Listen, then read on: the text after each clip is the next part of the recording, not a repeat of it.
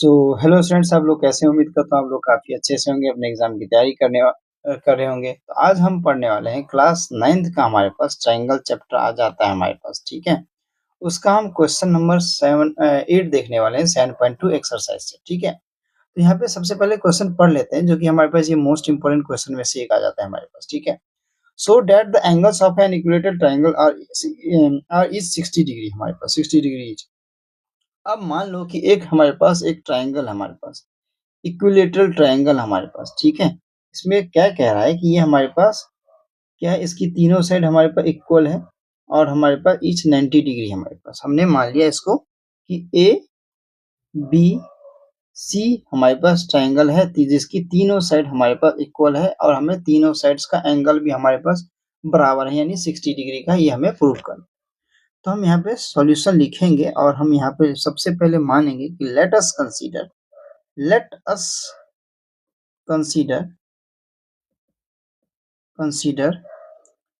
हमारे पास triangle A B C is an equilateral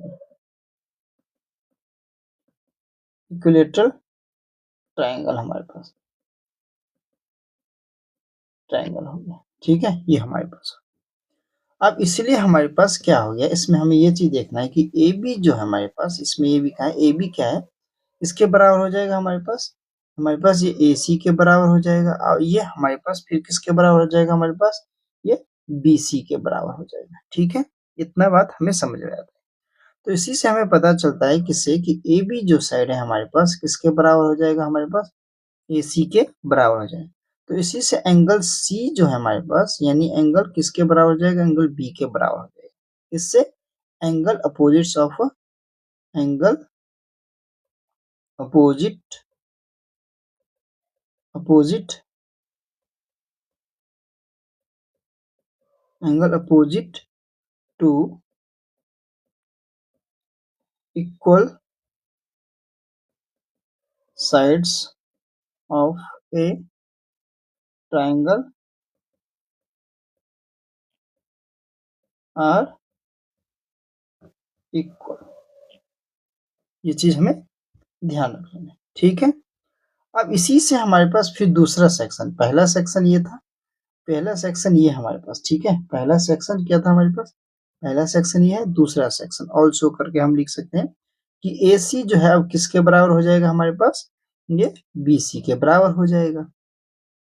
तो एंगल बी जो है, एंगल हमारे पास किसके, एंगल ए के बराबर हो जाएगा। सेम यही चीज दोबारा लिख देना है, एंगल्स अपोजिट टू इक्वल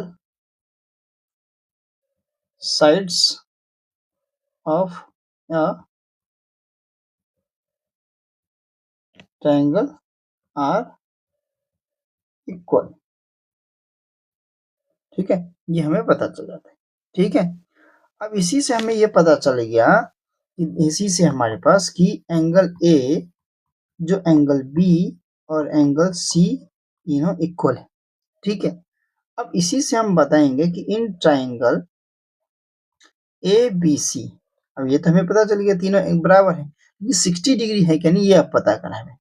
तो angle A plus angle B plus angle C हमारे पास ये 180 डिग्री हो जाएंगे, angle sum property of triangles, ठीक है। ये चीज हमें पता चल। अब तीनों बराबर हैं हमारे पास, ये हमने लिखा हुआ है ऊपर। तो इसी से हमें पता चल जाएगा कि हमारे पास एंगल ए प्लस ये एंगल ए हो जाएगा, ये भी प्लस एंगल ये भी ए हो जाएगा हमारे पास, ये 180 डिग्री होगी।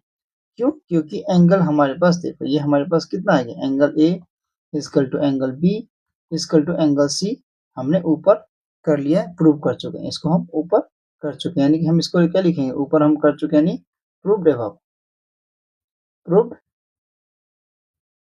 एबव, ठीक है। तो इससे हमारे पास क्या हो जाएगा, 3 एंगल ए हो गया, तो 180 डिग्री हो गया ये हमारे पास। तो एंगल ए इक्वल टू हमारे पास 180 डिग्री, यानी आपको डिवाइड बाय 3, यानी कि 6 3 जा 18 हमारे पास होता है, यानी कि कितना हो गया ये हमारे पास 60 डिग्री। तो angle A equal to 60 degree, यानी हमारे पास कितना क्या हो गया, इससे हमारे पास पता चल गया कि एंगल ए एंगल बी और एंगल सी हमारे पास तीनों 60 डिग्री हो गए, ये हमारे पास प्रूव हो, ठीक है। तो ये इससे पता चल जाता है कि हमारे पास ये इक्विलेटरल ट्रायंगल है, ठीक है, और तीनों एंगल का सम हमारे पास क्या है 60 60 60 यानी 180 डिग्री हो गया। तो ये सॉल्यूशन आप लोगों को कैसा लगा हमें कमेंट सेक्शन में जरूर बताएं। फिर हम मिलते हैं किसी नए सॉल्यूशन के साथ, तब तक के लिए thank you and good bye.